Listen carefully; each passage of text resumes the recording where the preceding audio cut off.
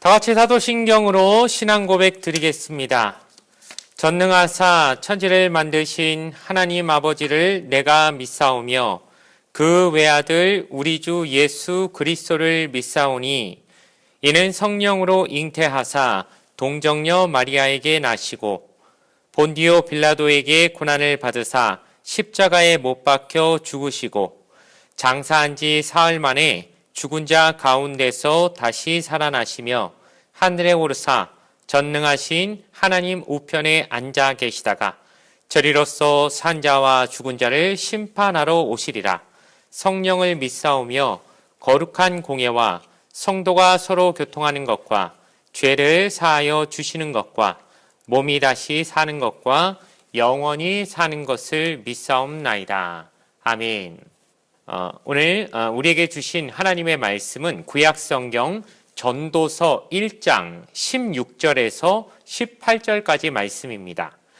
구약성경 947페이지에 있는 전도서 1장 16절에서 18절까지의 말씀, 구약성경 947페이지에 있습니다. 제가 읽어 드리겠습니다. 내가 마음속으로 말하여 이르기를 보라 내가 크게 되고 지혜를 더 많이 얻었으므로 나보다 먼저 예루살렘에 있던 모든 사람들보다 낫다 하였나니 내 마음이 지혜와 지식을 많이 만나 보았음이로다. 내가 다시 지혜를 알고자 하며 미친 것들과 미련한 것들을 알고자 하여 마음을 썼으나 이것도 바람을 잡으려는 것인 줄을 깨달았도다. 지혜가 많으면 번뇌도 많으니 지식을 더하는 자는 근심을 더하느니라. 아멘. 오늘 주신 말씀을 가지고 지혜도 헛되다는 제목으로 말씀의 은혜를 나누도록 하겠습니다. 하나님이 인간을 하나님의 형상으로 창조하시고 또 모든 이 세상에 있는 만물을 다스릴 권한을 주심을 통하여 인간은 다른 짐승과 분명히 다른 모습으로 뭔가 특별한 모습을 가지고 만드신 요소가 무엇인가 생각해 봤을 때 결국 인간에게는 이성이라는 것을 주시고 지식과 지혜를 얻게 하심을 통하여 다른 짐승들은 할 수 없는 바를 할 수 있는, 즉 생각이란 걸 할 수 있는 두뇌와 이성을 주셨다는 것이 가장 큰 특징이라고 말할 수 있을 것 같습니다. 그래서 이 지식이라는 것, 지혜라는 것은 모든 시대와 문화를 통틀어 사람들이 매우 귀하게 여기고 얻고자 했으며 고귀한 가치라고 인정했던 것을 우리는 잘 알고 있습니다. 그런데 성경에서는 그 지혜와 지식에 대해서 조금 다른 관점을 가진다고 지난번에 전도서를 들어가면서 잠깐 설명을 드린 적이 있습니다. 무엇이 지혜인가 했을 때 공부 많이 하고 많은 지식을 쌓아서 세상에서 박사학위를 딴 것이 지혜고 지식이 아니라 하나님을 아는 것, 바로 하나님이 우리를 향한 하나님의 계획과 뜻이 무엇인지를 아는 것이 지혜라고 성경은 우리에게 말한다고 하였습니다. 그래서 이 지혜를 많이 가졌던 대표적인 인물이 바로 오늘 우리가 읽고 있는 전도서를 쓰고 있는 그 저자로 알려진 솔로몬입니다. 솔로몬의 지혜는 너무도 뛰어났다라고 성경은 말하고 있고 우리가 그 대표적인 어떤 예로서 사건으로서 두 어머니가 어린아기, 갓난아기 하나를 두고 누구 자식이냐라고 서로 싸울 때 솔로몬의 명판결을 우리가 잘 알지 않습니까? 하나님의 지혜로 그 어려운 사건을 매우 깨끗하게 누가 친어머니고 누가 가짜인지를 한 번에 구분할 만큼 이 놀라운 지혜를 발휘했던 그 솔로몬. 그런데 그 솔로몬이 말년에 이제 쓰고 있는 이 전도서라는 성경을 통하여서 지금 충격적인 이야기를 한 가지 하고 있는 것이 무엇입니까? 지혜도 헛것이다. 지혜도 헛되다라고 지금 말하고 있는 것입니다. 이것을 우리가 어떻게 받아들여야 될까요? 그럼 하나님이 주신 지혜도 다 헛것이란 말이냐? 다 쓸모없고 무용하다는 것이냐? 지혜 무용론을 말하려는 것이 아니라 어찌 보면 그런 지혜조차 하나님이 우리에게 주신 그 지혜조차 인간이라고 하는 한계에 부딪히게 되면은 결국 그것도 한계가 있을 수밖에 없다고 하는 얘기를 우리에게 해준다라고 할 수 있을 것입니다. 그렇다면은 그 지혜가 헛되다라는 말의 진짜 의미가 무엇인지 약간 설명을 통하여서 이 은혜를 함께 나누는 시간 되기를 간절히 부탁을 드리겠습니다.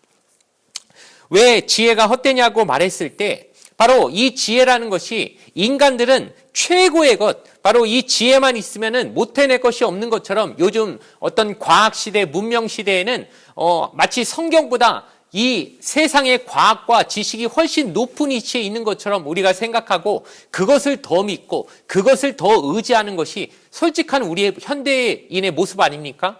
여러분, 성경 말씀을 더 믿으십니까? 아니면은 TV에 나와서 얘기하는 과학자의 말을 더 믿으십니까? 이것을 아주 그냥 대립구도로 꼭 만들 필요는 없겠지만 사실 우리의 마음이 신뢰가 과학자들의 입에서 나오는 말을 더 신뢰하게 된 것이 사실 얼마 되지 않은 우리의 모습이라고 우리가 말할 수밖에 없을 것입니다. 그런데 우리는 끊임없이 성경이 말하는 지혜의 그 권위를 자꾸 무너뜨리려고 하는 세상의 그 공격에 대해서 이 솔로몬 저자, 이 세상에서 제일 많은 지혜를 누려봤다고 하는 제일 높은 수준의 지혜까지 도달했다고 하는 솔로몬이 말하기를 그래 봤자 인간의 지혜는 결국 한계에 부딪힐 수밖에 없다라고 우리에게 말해준다는 것입니다. 그럼에도 사람들은 지혜를 조금이라도 더 얻고자 마치 갈증이 나서 물을 더 마시려고 하는데 그래봤자 바닷물을 자꾸 먹어서 몸에 갈증은 더 많이 생겨날 뿐 진정한 목마름을 해결하지 못하는 것처럼 지식에 대한 그 갈증과 갈구로 선대인들은 어떻게든 지식을 하나라도 더 얻어보려고 인터넷 찾아보고 유튜브 찾아보지만 그래가지고 진정한 지혜의 완전한 어떤 충족, 우리에게 그 지혜가 완전히 이제 다 어느 정도 다 내가 찾구나라고 하는 만족은 있을 수 없다라고 우리에게 말하는 것입니다. 그래서 다시금 우리의 시선을 어디로 돌리라고 합니까? 인생의 주인이시고 이 세상을 만드신 지혜가 한이 없으신 하나님께로 돌아가야 된다라고 말하는 것입니다. 왜 인간의 지혜는 한계가 있을까요? 솔로몬은 말합니다. 이 지혜가 대단해 보이지만 또 사실 큰 일을 하는 것도 많지만은 그러나 그렇다고 해서 이 지혜로 모든 문제가 해결되는 것이 아니라고 하는 것이기 때문입니다. 왜냐하면은 지혜라는 것은 무엇입니까? 인간이 가진 지혜라고 하는 것은 문제의 근본을 찾아보고 이 문제가 어떤 게 우리에게 어려움을 주는지 그런 어떤 원인을 찾아내는 데까지는 갈 수 있지만 한계에 부딪히는 게 무엇이냐면은 그 문제를 근본적으로 해결할 능력은 역시 인간에게 없기 때문입니다. 그러니 인간의 지혜가 아무리 많다고 해봤자 결국 어떤 상황이 자꾸 벌어지느냐? 문제가 뭔지만 자꾸 알기 때문에 지혜가 많은 사람일수록 솔로몬이 지금 말하기를 18절에 뭐라고 합니까? 지혜가 많으면 번뇌도 많으니 지식을 더하는 자는 근심을 더하는도다 라고 얘기합니다. 자기가 지혜를 많이 얻어보니까 지혜를 많이 얻어서 마음이 평안해지는 게 아니라 더 번뇌하게 되고 지혜가 많아지니까 지식이 많아지니까 문제가 해결되는 게 아니라 오히려 문제는 해결 안 돼서 뭐가 문제인지 문제가 눈에 들어오긴 더 많이 들어오는데 해결 방법은 없으니까 근심만 많아지더라는 것이죠. 얼마나 답답하겠습니까? 우리 마치 쉽게 예를 들자면은 여러분 병원에 가면은 어디 뼈가 부러지면은 엑스레이를 찍지 않습니까? 엑스레이 찍으면은 어디가 부러졌는지 정확히 문제를 찾아내지요. 근데 그 엑스레이 찍는다고 뼈가 붙습니까? 아니요. 그건 치료를 해야 됩니다. 전혀 다른 차원입니다. 문제가 뭔지는 알 수는 있지만 엑스레이 10,000번을 찍든 1,000번을 찍든 그 뼈가 붙는 건 아니라는 것입니다. 붙는 것은 즉 문제가 해결되는 것은 또 해결해 주시는 분의 능력이 필요한 것이지 문제를 파악하고 무엇이 문제인지 깨닫는 걸로 문제가 해결되지는 않는다는 것입니다. 그러니 우리 인간이 가진 그 능력의 한계라는 것이 무엇인지 솔로몬은 너무도 잘 알고 있는 것입니다. 문제가 뭔지는 알겠는데 내게 주신 지혜로 하나님이 나에게 주신 지혜로 뭐가 문제인지는 알겠는데 해결할 능력이 없으니까 더 답답하고 더 번뇌하고 더 근심만 많아지더라고 지금 말하고 있는 것이죠.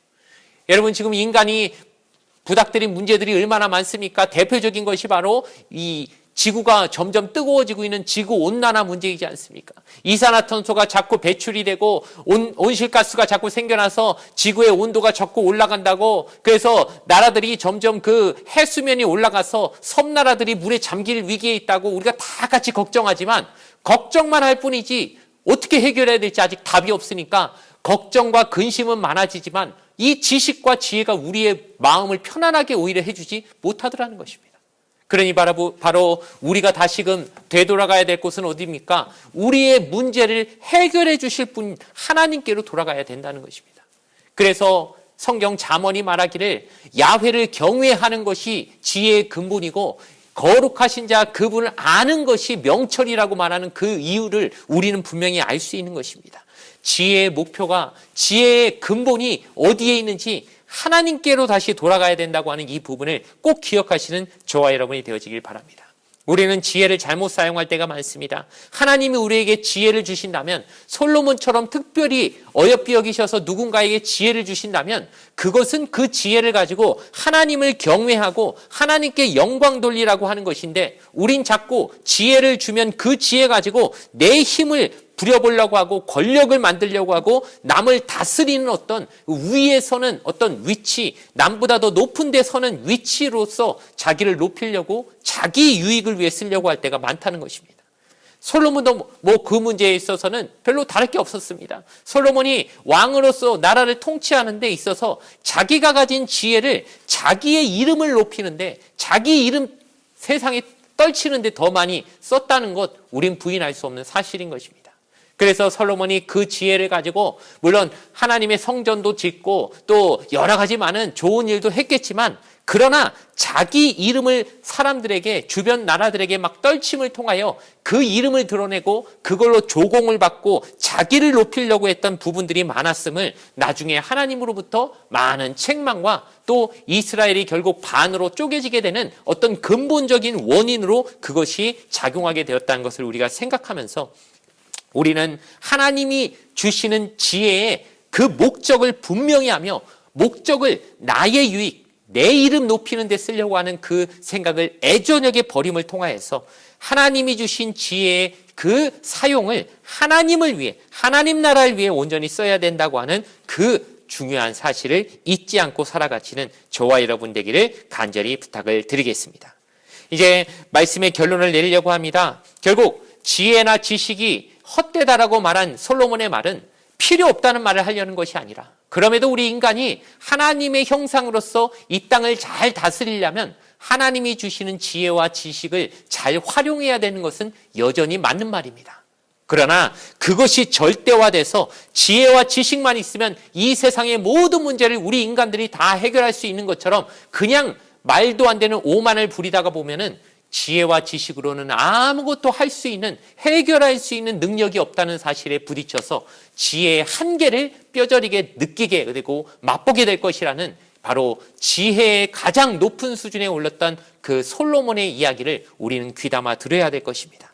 그래서 지혜와 지식을 쌓으려고 노력하기보다는 하나님을 더 많이 알려고 하고 하나님의 나라를 위해서 더 살려고 하는 마음을 가지면 필요한 사람에게 하나님이 적절하게 지혜를 주실 것이라는 것을 믿고 하나님 위하여서 살아가는데 더 열심을 내는 저와 여러분의 모습이 되어지기를 주님의 이름으로 간절히 축원을 드리겠습니다. 잠시 기도 드리겠습니다.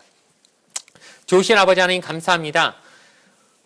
지혜를 많이 얻었던 솔로몬이 말년에 그 지혜가 헛되더라 하고 말했던 그 이야기를 오늘 듣게 하심을 통하여 지혜와 지식이 결국 하나님으로부터 말미암지 않으면 아무 의미 없고, 내 이름 드높이려고 쓰는 지혜들은 결국 문제가 생기게 된다는 것을 분명히 알게 하시니 감사합니다.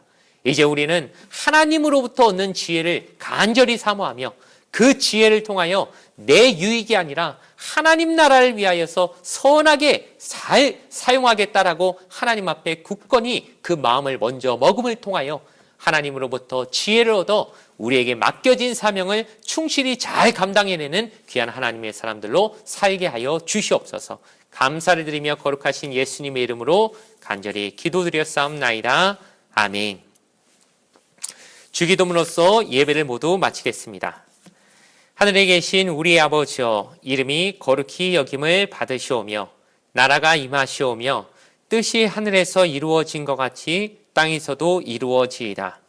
오늘 우리에게 일용할 양식을 주시옵고 우리가 우리에게 죄 지은 자를 사하여 준 것 같이 우리 죄를 사하여 주시옵고 우리를 시험에 들게 하지 마시옵고 다만 악에서 구하시옵소서. 나라와 권세와 영광이 아버지께 영원히 있사옵나이다. 아멘.